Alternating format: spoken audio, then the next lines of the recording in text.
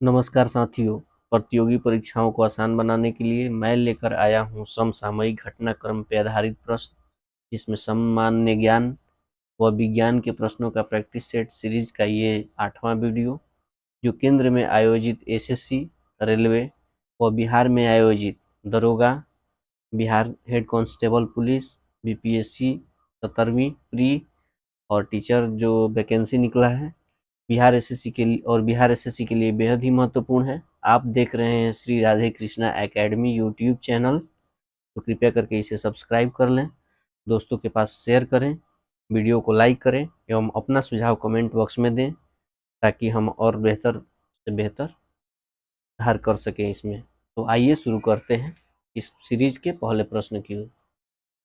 तो आज का हमारा पहला प्रश्न है, विश्व का उत्तर से दक्षिण विस्तृत सबसे लंबा देश कौन सा है? ऑप्शन ए है अर्जेंटीना, ऑप्शन बी है रूस, ऑप्शन सी है चीन और ऑप्शन डी है चिली। यानी जो मैं ये पूछ रहा है कि उत्तर से दक्षिण तक ऐसे, ये ऊपर नॉर्थ हो गया नॉर्थ और नीचे हो गया साउथ, यानी नॉर्थ से साउथ तक विस्तरित सबसे लंबा देश कौन सा है? तो इसका राइट आंसर होगा चिली, क्योंकि चिली का सबसे अधिक विस्तार उत्तर से दक्षिण की तरफ है और इसका पूरब से पश्चिम की ओर विस्तार बहुत ही कम है। तो इसके विस्तार से देखते हैं कि उत्तर से दक्षिण लंबाई कितना है, 4270 किलोमीटर में सबसे विस्तृत देश दक्षिण अमेरिका महादेश, ये दक्षिण अमेरिका महादेश का चिली देश है, जिसकी राजधानी सेंटियागो है। यानी चिली का राजधानी कौन सा है? सेंटियागो। पूरब से पश्चिम इसका लंबाई कितना है? 177 किलोमीटर। दक्षिण अमेरिका में ही विश्व का सबसे लंबा पर्वत एंडीज है, जिस जो चिली देश है उसमें एंडीज पर्वत भी इसमें विस्तरित है पूरब से पश्चिम की ओर, जिसका कुछ हिस्सा चिली में फैला हुआ है। इसी चिली के उत्तर अटाकामा मरुस्थल है, यानी सबसे शुष्क मरुस्थल अटाकामा मरुस्थल है, जो दुनिया का सबसे शुष्कतम मरुस्थल है, जिसके अंतर्गत चिली में स्थित एरिका शहर विश्व का सबसे शुष्कतम शहर है, जिसे प्रेत शहर भी कहा जाता है। इन शॉर्ट, यानी संक्षेप में चिली को समझते हैं। ये हो गया, ये हो गया ये दक्षिण अमेरिका का मैप। तो चिली यहाँ से लेकर और यहाँ तक, ये चिली यहाँ से लेकर यहाँ तक विस्तृत है। तो चिली उत्तर से दक्षिण तक में सबसे लंबा देश है, जिसका लंबाई कितना है? 4270 किलोमीटर, और इसका जो ये पूरब से पश्चिम की ओर चौड़ाई है 177 किलोमीटर मात्र है। ये पहला ये हुआ। दूसरा नंबर कि इसका राजधानी सेंटियागो है, और इसी में ये जो यहाँ से देख रहे हैं, यहाँ से लेकर और यहाँ तक, यहाँ नीचे तक, इसी पश्चिमी तट के सहारे, ये पूर्वी तट हो गया, ये पश्चिमी तट हो गया, यानी पश्चिमी तट के सहारे ये प्रशांत महासागर है। तो प्रशांत महासागर का पूर्वी तट और ये पश्चिमी तट के सहारे, और ये अमेरिका का, दक्षिण अमेरिका का पश्चिमी तट हो गया, तो प्रशांत महासागर का पूर्वी तट है। तो इसके सहारे सबसे लंबा पर्वत कौन सा है? लंबा पर्वत बोले हैं, उत्तर से दक्षिण तक जो विस्तृत है, ये एंडीज है, साउथ अमेरिका में एंडीज पर्वत है। और यहीं पे, यहाँ पे ये पेरू हो गया, इसके ऊपर ये पेरू हो गया, और यहाँ तक चिली है। तो चिली और पेरू के बीच में, यानी चिली से नॉर्थ और पेरू से साउथ, एक जगह है, अटाकामा मरुस्थल है, और यहीं पे सबसे शुष्कतम एक शहर है, जिसका नाम एरिका है यहाँ पे, जो कि चिली में ही पड़ता है। तो वो एरिका शहर जो है, वहाँ पे 20-25 वर्षों में एक बार वर्षा होती है, जिसके कारण सबसे यहाँ पे कोई भी नहीं रहता है, केवल घर बना के छोड़ दिया है। इस वजह से इस शहर को प्रेत शहर भी कहा जाता है। अगर बात करें तो रूस की, तो इसका फैलाव उत्तर से दक्षिण तक लगभग 400 किलोमीटर है। यानी रूस का फैलाव उत्तर से दक्षिण कैसे है? ऐसे 400 किलोमीटर, लेकिन चिली का कितना है? 4270 किलोमीटर। और पूरब से पश्चिम विश्व में सर्वाधिक 9000 किलोमीटर है, यानी रूस का पूरब से पश्चिम किलोमीटर की ओर विस्तार 9000 किलोमीटर है और उत्तर से दक्षिण 4000 किलोमीटर। भारत का विस्तार पूरब से पश्चिम की ओर यानी ईस्ट से वेस्ट की ओर 2933 किलोमीटर है तथा नॉर्थ से साउथ की ओर 3214 किलोमीटर। सभी तथ्य आपके लिए बहुत इंपॉर्टेंट हैं, कृपया इसे नोट डाउन कर लें, ये बहुत इंपॉर्टेंट है। अगला प्रश्न है कि शिशुनाग वंश का अंतिम शासक कौन था? ऑप्शन ए है नागदशक, ऑप्शन बी है नंदीवर्धन, ऑप्शन सी है कालाशोक और ऑप्शन डी है शिशुनाग। तो इसका राइट आंसर होगा नंदीवर्धन। ये बहुत ही कंफ्यूजिंग मैटर है, इसको हम आपको विस्तार से समझा रहे हैं। इसके लिए एक ट्रिक है। इसके लिए हसीन पहले याद करें। हसीन को एक बार दिमाग में बैठाइए। हसीन, हसीन, ह से हर्यक वंश और सी से शिशुनाग वंश। ह से हर्यक वंश, सी से शिशुनाग वंश और न से नंद वंश। तो हसीन से नंद वंश हो, ये नंद वंश तक हो गया। नंद वंश के बाद कौन आया, ये सब हम बता रहे हैं ये मगध साम्राज्य का। तो सबसे पहले मगध साम्राज्य पर कौन शासन किया? हर्यक वंश। इसके बाद शिशुनाग वंश, इसके बाद नंद वंश, फिर यहाँ पे मौर्य वंश। मोर याद कर लेंगे इसको ट्रिक से, मोर, मोर। इसके बाद यहाँ पे सुगा याद कर लेंगे। तो मौर्य के बाद कौन सा आएगा? मौर्य के बाद हुंग, इसके बाद कौरव। तो इसको कौवा कौवा याद कर लेंगे, कौवा, तो कौवा। थोड़ा सा राइटिंग इसमें नहीं आ रहा है अच्छे से, क्या आप रिलेट कर लेंगे? हसीन, मोर, सुगा, कौवा। हसीन तीनों में कौन है? पहले सबसे पहले मोर है, इसके बाद सुगा है, तब कौवा है। तो ह से हर्यक वंश, सी से शिशुनाग वंश, न से नंद वंश, इसके बाद मौर्य वंश, तब शुंग वंश, तब कौरव वंश। अब देखते हैं हर्यक वंश, क्लीन कर ले। हर्यक वंश में पहला शासक इसका बिंबिसार है, हर्यक वंश का संस्थापक। फिर अजातशत्रु है, फिर उदयन है और सबसे अंतिम शासक है नागदशक। हर्यक वंश का सबसे अंतिम शासक नागदशक। इसके बाद शिशुनाग वंश आता है। तो नागदशक की हत्या करके शिशुनाग ने शिशुनाग वंश की स्थापना किया। शिशुनाग इसका पहला शासक है, फिर कालाशोक है और फिर नंदीवर्धन है। नंदीवर्धन की हत्या करके महापद्म नंद ने नंद वंश की स्थापना किया था और सबसे इसका अंतिम शासक घनानंद और सबसे प्रतापी शासक भी घनानंद। क्योंकि यहाँ पे देखेंगे कि महापद्म नंद ये ऐसा शासक है जो सर्व क्षत्रांतक की उपाधि धारण करता है, यानी सभी क्षत्रियों को नाश करने वाला ये अपने को उपाधि धारण करता है और भारत से पूरे क्षत्रियों को नाश करता है। घनानंद, घनानंद ऐसा शासक था जिसके समय में विदेशी आक्रमण हुए हैं। इसी के समय में एक तक्षशिला का, यानी जो ये भारत का पोर्शन है यहाँ पे जम्मू कश्मीर, तो यहाँ तक्षशिला विश्वविद्यालय है। इसी में एक आचार्य थे चाणक्य, विष्णुगुप्त कौटिल्य इनका अन्य उपनाम था। तो इनका अपमान घनानंद ने अपने भरे सभा में कर दिया था, जिसके कारण इसकी साम्राज्य पे कौन चढ़ाई करता है? घनानंद, सॉरी, विष्णुगुप्त ने अपने एक बालक को, एक पहाड़ी बालक था जो कि चंद्रगुप्त मौर्य, जिसे सर्वगुण संपन्न करा के और एक सेना बनाते हैं और सेना बनाकर घनानंद पे आक्रमण करते हैं और फिर मगध साम्राज्य पे मौर्य वंश का स्थापना होता है, जिसे हमने आपको बताया ट्रिक से कि हसीन, मोर, सुगा, कौआ। तो मौर्य वंश का स्थापना होता है। मौर्य वंश का स्थापना कौन करता है? वही चंद्रगुप्त मौर्य। किसके सहायता से? तो विष्णुगुप्त चाणक्य। यही हसीन ट्रिक है। हसीन से याद करेंगे कि हर से हर्यक वंश, फिर शिशुनाग वंश और नंद वंश। तो शिशुनाग का अंतिम शासक नंदीवर्धन था। अगले प्रश्न की ओर चलते हैं। अगला प्रश्न है, कर्क रेखा के समीपतम स्थित महाजनपद कौन था? बहुत ही जटिल प्रश्न है, ध्यान से अगर ज्योग्राफी, अगर आप भूगोल और इतिहास को समग्र रूप से पढ़ेंगे विस्तृत करके बीपीएससी में, जैसा कि प्रश्न पूछे जा रहे हैं, तो इसी प्रकार का प्रश्न पूछा जा रहा है। इसका ऑप्शन ए है अस्मक, ऑप्शन बी है मत्स्य, ऑप्शन सी है अवंती और ऑप्शन डी है चेदी। तो कर्क रेखा के समीपतम स्थित महाजनपद कौन सा है? तो ये हो जाएगा अवंती। अब इसे आपको मैप पे एक बार सरसरी निगाह से जरूर देख लेना है ताकि अच्छे से समझ में आ जाए। आइए हम आपको मैप पे ले चलते हैं। 16 महाजनपद, 16 महाजनपद का वर्णन सबसे पहले किसमें है, ये आपको जानना है।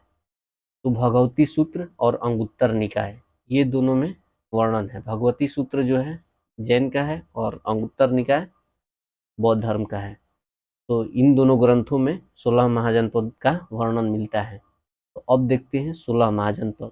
सबसे पहले ये देखिए, ये पूरा भारत हो गया।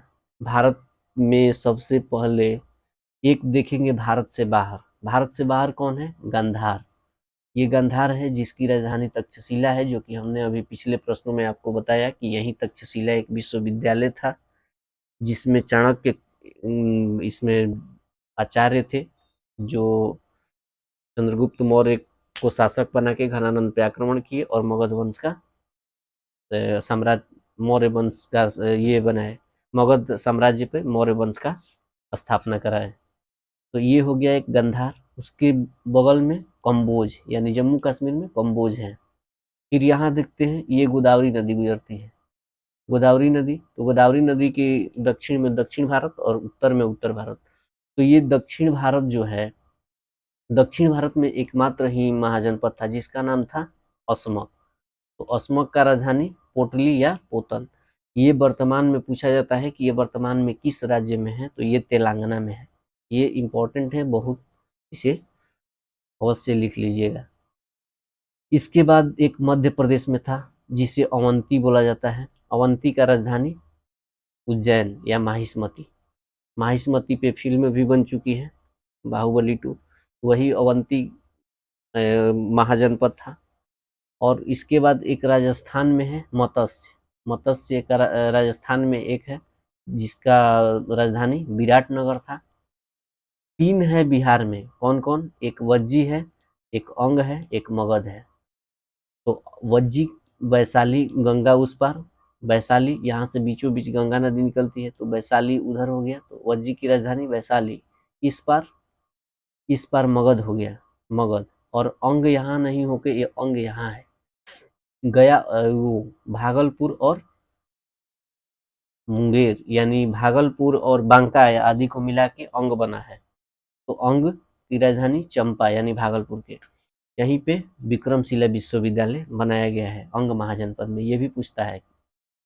और इसके बाद 6 है इसमें, क्या बोलते हैं, उत्तर प्रदेश में 8 है, सॉरी 8। कौन कौन सा है? एक चेदी है, चेदी जिसकी राजधानी शक्तिमती है। और यहाँ पे है मल महाजनपद। फिर काशी, यहाँ पे बनारस जिसकी राजधानी है मल का कुशीवती है। और यहाँ पे है कौशल जिसका राजधानी श्रावस्ती है। और यहाँ पे पंचाल है जो कि अहिछत्र बोला जाता है, उसकी राजधानी तुरसेन यानी मथुरा। और फिर यहाँ पे एक है कुरु और जिसका राजधानी इंद्रप्रस्थ। इंद्रप्रस्थ को दिल्ली का प्राचीन नाम इंद्रप्रस्थ ही है। तो देखिए, अब कर्क रेखा हमारे राज्य के, हमारे देश के यहाँ बीचों बीच ऐसे गुजरता है। ये कर्क रेखा हो गया। तो कर्क रेखा के सबसे समीप कौन सा है? अवंती। तो ये हमारा सही उत्तर होगा अवंती। तो ऐसे करके मैप से पढ़िएगा तो सबसे बेहतर रहेगा। अगले प्रश्न की ओर चलते हैं। अगला प्रश्न है कि रामसर सम्मेलन संरक्षण निम्न में से किससे संबंधित था?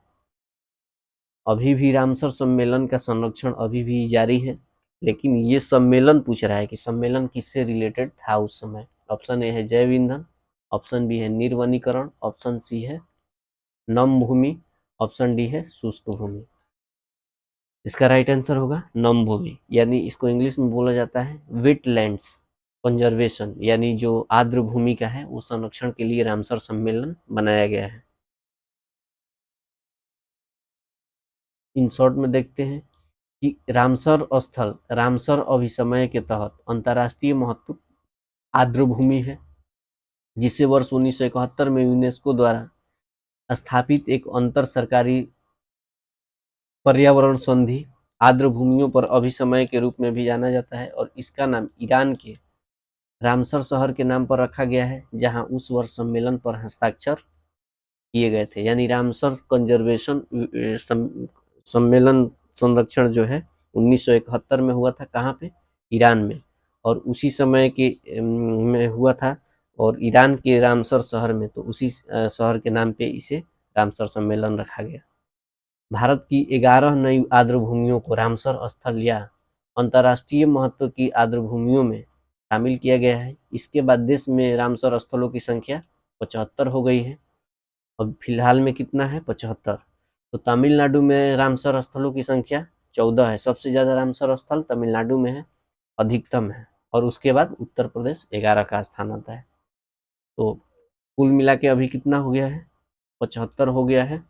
टोटल 75 में से 14 सबसे अधिक तमिलनाडु में है, और उसके बाद उत्तर प्रदेश में 10 है।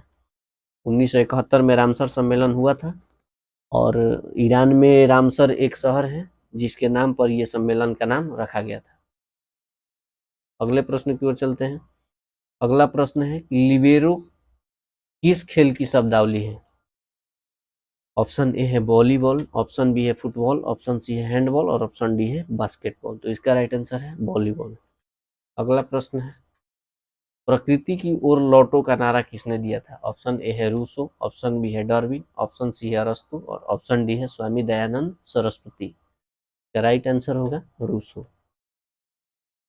अगला प्रश्न है कि भारत के मूल संविधान में लोकसभा की सदस्य की संख्या कितनी निश्चित की गई थी? मूल संविधान में जब संविधान बना उस समय लोकसभा सदस्य यानी एमपी की संख्या कितनी की गई थी?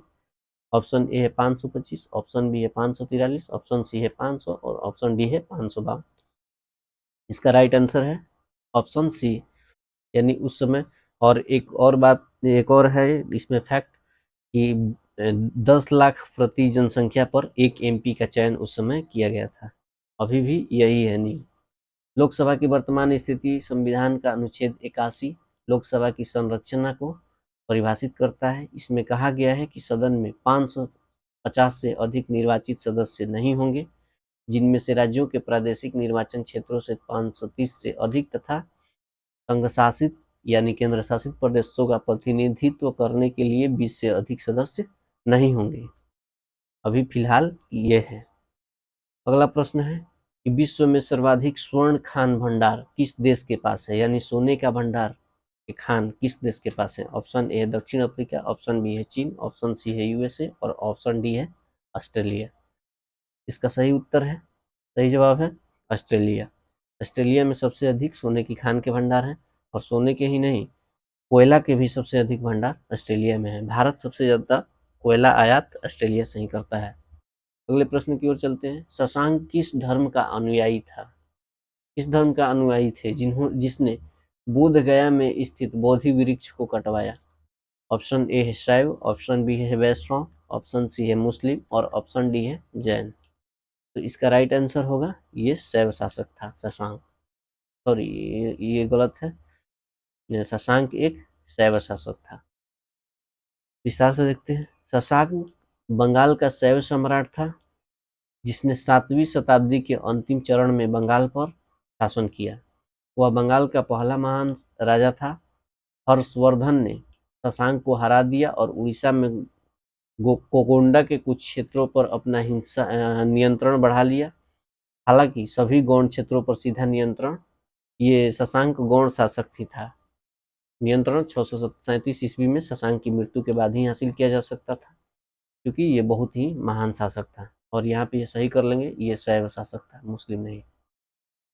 अगला प्रश्न है भारत में चावल के कटोरा क्षेत्र के नाम से जाना जाता है। किस क्षेत्र को भारत में चावल के कटोरा क्षेत्र का जाना जाता है? ऑप्शन ए है केरल और तमिलनाडु क्षेत्र, ऑप्शन बी है कृष्णा और गोदावरी का डेल्टा क्षेत्र, ऑप्शन सी है पूर्वोत्तर क्षेत्र, और ऑप्शन डी है सिंधु गंगा का मैदान। तो इसका सही जवाब है कृष्णा गोदावरी का डेल्टा क्षेत्र।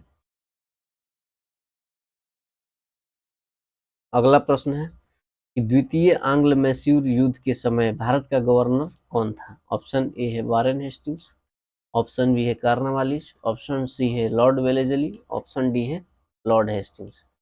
तो द्वितीय एंग्लो मैसूर युद्ध के समय वारेन हेस्टिंग गवर्नर था।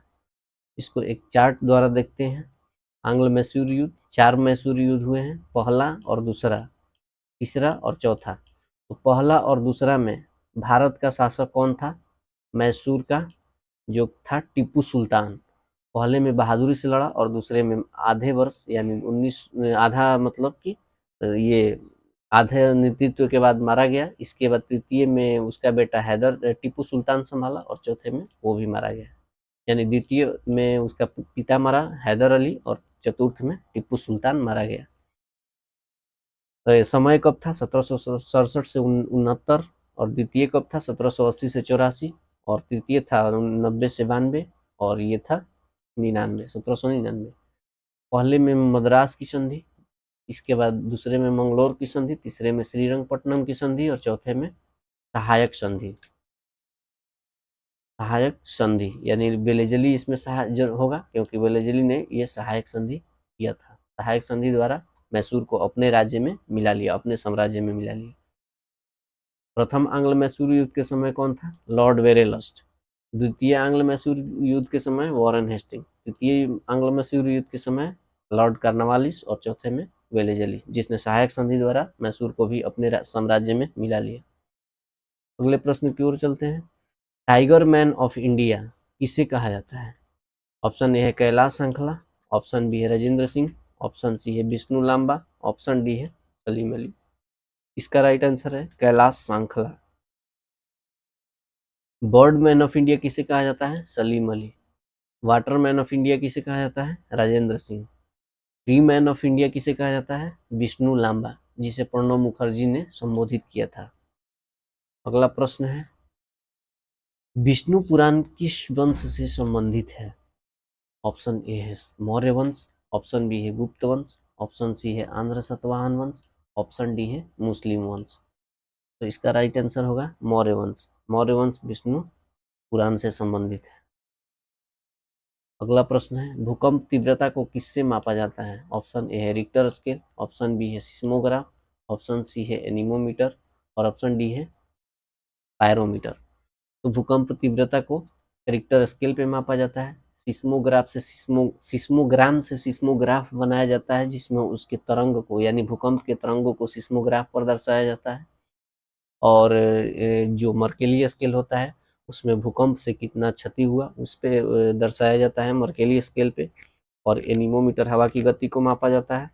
और पायरोमीटर सूर्य ताप यानी विकिरण जो ताप होते हैं यानी सब सर्वाधिक ताप को पायरोमीटर से मापा जाता है। अगला और अंतिम प्रश्न है, निम्न में से किस काल में मंदिर के प्रमाण नहीं मिलते हैं?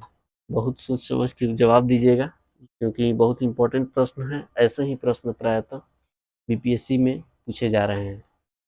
ऑप्शन ए है हड़प्पा काल, ऑप्शन बी है ऋग्वैदिक काल, ऑप्शन सी है उत्तर वैदिक काल और ऑप्शन डी है उपरोक्त सभी में मंदिर के प्रमाण नहीं मिलते हैं। तो इसका सही जवाब है उपरोक्त सभी में, किसी में भी मंदिर के प्रमाण नहीं मिले, चाहे हड़प्पा हो गया, चाहे ऋग्वैदिक हो, चाहे उत्तर वैदिक हो। और हाँ, पूजा यानी पूजा मूर्ति के प्रमाण हड़प्पा काल में मिले हैं, लेकिन ऋग्वैदिक और उत्तर वैदिक में मूर्ति के प्रमाण भी नहीं मिले हैं, जबकि पूजा का प्रमाण सब में मिला है, यानी सब प्राकृतिक पूजक थे। इसमें इन दोनों में इंद्र, वरुण, अग्नि आदि की पूजा की जाती थी। इसमें पशुपति की मूर्ति मिली है, जिससे प्रतीत होता है कि हड़प्पा काल में मूर्ति तो था लेकिन मंदिर नहीं था। तो हड़प्पा सभ्यता में मूर्ति पूजा अवश्य होती थी, लेकिन मंदिर के प्रमाण अभी तक नहीं मिले हैं, जबकि पशुपति की मूर्ति खुदाई में मिली है। साथ ही वे प्राकृतिक पूजक थे। ऋग्वैदिक और उत्तर वैदिक काल में भी मंदिर के प्रमाण नहीं मिले हैं, जबकि वे इंद्र, अग्नि, वरुण और कुशन की पूजा करते थे। तो आज के लिए बस इतना ही और फिर मिलते हैं अगले वीडियो में। आपको अगर ये सभी टर्म्स एंड कंडीशन देख लीजिए, अगर ये करना है तो आपको चैनल को सब्सक्राइब कर लीजिए, बेल आइकन को ऑन कर लीजिए। अगर आप बिहार दरोगा, बीपीएससी और बिहार एसएससी और ये बिहार पुलिस का अगर आप तैयारी करना चाहते हैं विस्तृत से और एग्जाम में प्रश्न आने वाले, तो कृपया करके हमारे चैनल को सब सहयोग करें। सहयोग इस रूप में करें कि सब्सक्राइब करें और दोस्तों के पास शेयर कर दें। और अगर वीडियो और कंटेंट और हमारा मेहनत आपको अगर थोड़ा सा भी अच्छा लग रहा है तो लाइक करें, और अपना जो भी सुझाव है वीडियो से संबंधित, प्रश्नों से संबंधित, तो कृपया करके कमेंट बॉक्स में अवश्य बताएं। और हाँ, गलत सही कमेंट न करें, ये आपकी ये आपके चरित्र का प्रमाण है। तो आज के लिए बस इतना ही, मिलते हैं नेक्स्ट वीडियो में। तो आपका समय शुभ हो, धन्यवाद।